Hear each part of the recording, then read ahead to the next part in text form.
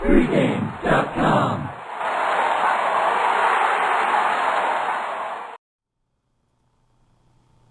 Welcome back to Pregame.com's continuing series on how to handicap. I'm here with Johnny Detroit. I'm Marco D'Angelo. We're talking March Madness. And before we get to March Madness, everybody, the big dance, that's what everybody gets excited about with their office pools and their brackets and everything else. But before we get to the big dance, you got to get through conference tournament week. And Johnny, I can tell you from a handicapper, I love conference tournament week.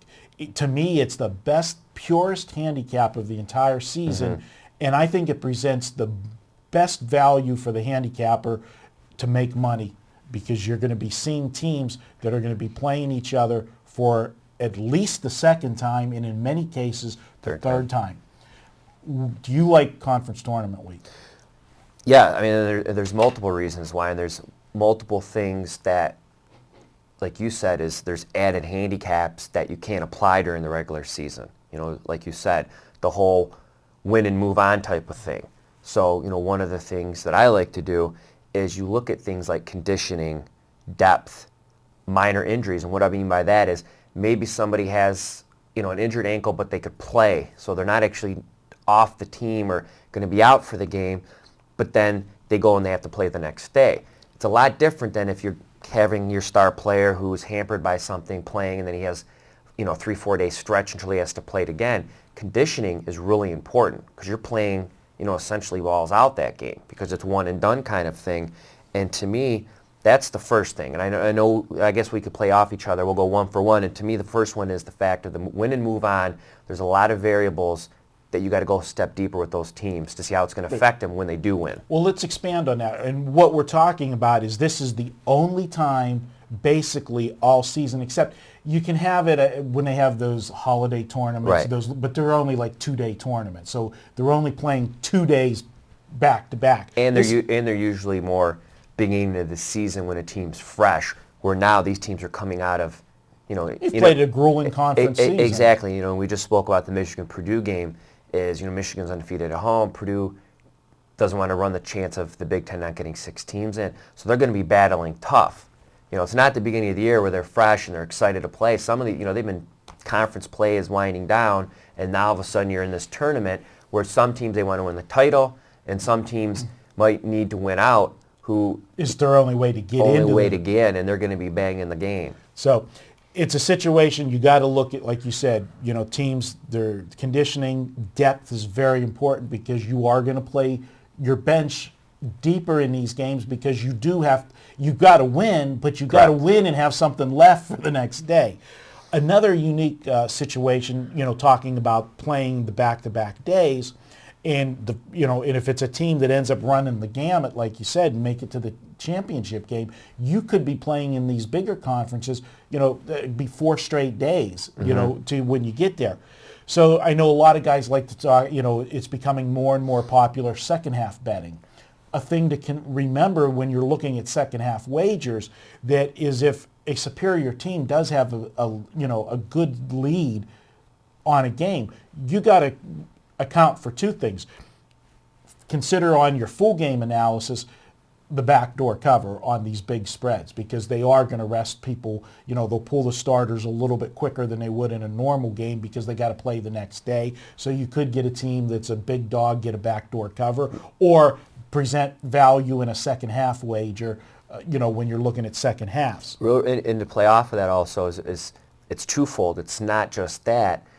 It's a team, if they're getting blown out and the other team has to play the next day, they're going to pull those starters earlier if there's a manageable lead, where the scrubbier team that can't come back, they're going to play to the end. They're going to keep the seniors because it's their final game wearing the jersey. There's a lot of emotion that goes into the teams, where if it's a regular season, they usually don't throw the senior on at some random game in the middle of the season. But if it's the final game that they're ever going to play in that jersey, they're going to come out, and you got the sometimes even the opposing fans will be cheering for the guy. He's the guy that sat at the bench the whole time, and the other team's starters are pulled, and the players that are on the court, they're thinking about the next game, and to the audience and the fans, it's entertaining. The announcers have some cheesy feel-good story about, the kid who hits the garbage three.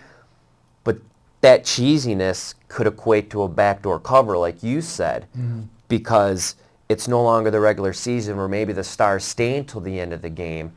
They're not going to risk injury because not only do they have to play the next day, that coach is thinking the big dance. Right. And he's not going to risk that guy spraining his ankle up 15 just to have him in. They're going to get them rested as soon as possible. And the other things that you got to consider too, Johnny, is we said some of these teams, the conference tournament, it doesn't mean anything. They're already got their tickets stamped. Right. They're already going to be maybe a 1 or a 2 seed. There might be, you might have those marginal teams that they're in, but are they going to be a 3 seed or a 4 seed? Depending how far they go in our conference tournament could determine that last bump that they get a 3 seed instead of a 4 seed.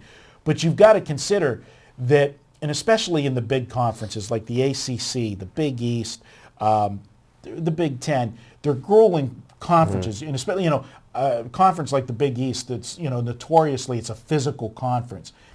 Teams that, now I know last year, and I did a video earlier this year with Brian Leonard, and he pointed out, well, Connecticut did that last year, but teams that run the table in the Big East tournament and then move on, into the big dance, a lot of times you take too much out of yourself winning that conference tournament that it leaves you flat going into the big dance, and then you have teams get upset sometimes. So it's not unheard of.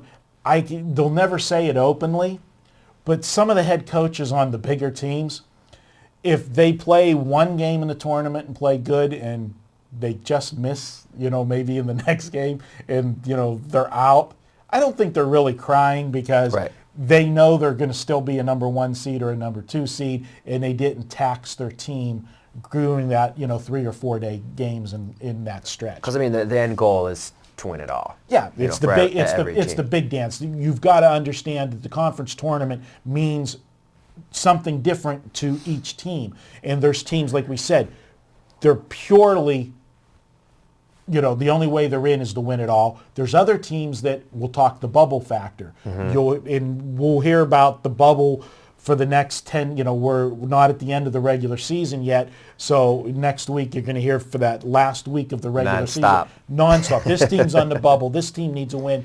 Well, there's going to be teams that are still on the bubble that go into the conference tournament, and it's going to be pretty much, known they need to win 1 or 2 games in the tournament to pop that bubble, so to speak. Plus another thing, too, is outside of the handicapping. To me, when you're betting, it's, and this isn't to go against anything that you were saying or to someone who handicaps, is I think sometimes people put so much emphasis on handicapping the game, they forget that there's tons of value, especially late in the season, especially in these conference tournaments, because you're getting so much more money put into it, that the lines are so tight to line shop. The amount of games that are probably going to fall somewhat closer to the spread are probably more common, in these kind of games, because there's more emphasis. The sharps, the final number is going to be so accurate in comparison to some random game that no one cares about and there's really not much money on it. To line shop and get that extra half a point, or even if you handicap and you pull your lines up and you look at the opener and you like the team plus 7 and it's down to 5.5, is to have that ability to not maybe bet that game. Because one of the biggest things I always hear is someone will say, who does Marco like? Well, Marco likes Michigan. No, Marco likes Michigan if they're this. He doesn't like, that was what he said. And a lot of people, it's the same thing you see it in the poker world. And people tell a bad beat poker story of, they'll say it, but they don't say where they were at the table, how many chips they had, how much chips were in the stack, how many outs there were. It was a bad beat. Well, you shouldn't have been in the hand based off all the things you forgot to leave out. And I think it's important is, the first thing that everyone should do is we did the game earlier with Michigan and Purdue. We felt the line would be 4-5. We think the line should be 3. If that line comes off at 2.5, for example, we no longer like Purdue. So I think anyone doing these conference tournaments, when you do all this handicapping, write down what you think the line should be. And if it's totally not giving you any kind of value what you think it should be, but you still think this team is going to win, you should just scratch it off. Yeah, we're not saying run and take the other side. We're saying leave. If your handicap was one side and you're not getting the number you need for it to be a positive EV play, exactly, you move away, because this is something that people don't understand. You actually save more by not betting a loser than the fact that you missed out on a winner. Because if you win 1 unit. But if you lost the bet, you lost 1.1. So you're saving more when you walk away from a game. Another point that I want to bring up in conference tournaments, and this is one of the reasons why I like it so much, and I use the phrase that it's the purest handicap. Because these teams are going to be playing for, like we said, at least the second time, and many times the third, you've got more data to work with head-to-head. Correct. So now you go and look at how these teams matched up the first and second time they play. But there's things that you need to look for. You can't just look blindly and say, okay, the final score in the 2 games were this. They got beat by 10 points both times. So I'm going to take them to beat them the third time. Let's look at those games and what happened to them. Was one of the teams coming off a big game? Was it a rivalry game? Did they upset somebody? Did they blow somebody out and was totally focused for the next game? What was the situation coming into that game? Was it a situation where you had a team that's a lesser team, but they happened to be on TV? Not because of them, but because of who they were playing. So that was a big game for them. They're not on TV that often, and they were sky high. And then the next game they were playing somebody else, and they were flat. You've got to account, were they flat for this game? Were they up for the game? Those are all things you can look at from those first meetings, and then look at the box scores. See if there was something in the box score that was out of the ordinary. Did one team shoot exceptionally high and the other team shoot exceptionally low? Was there, a disparity in the foul shots? Did one team get all the calls? Those are things you can look at. That's why I think, again, I use the term, it's the purest handicap. What do you think about that? Oh, I totally agree. I mean, because that goes into the whole conditioning and whatnot, is when they're playing back-to-back, you could look at throughout the season of, did they start off slow? Are they a second-half team? Does it take a while for them, to pick up momentum? And with them playing back-to-back, that could either be a benefit or a detriment. Another thing is where they're playing is, especially, the proximity to the school. Are they going to have, how's the fan base going to be? Is, maybe it's not a home team technically for one school, but is that school 15 minutes away and the other one's 7 hours? Right. So, they're going to have a boatload of their fans. I remember, I was at the Super Bowl. It's a different sport, but it's the same kind of analogy, is when Seattle played Pittsburgh. I was at the Super Bowl. It was in the Detroit area.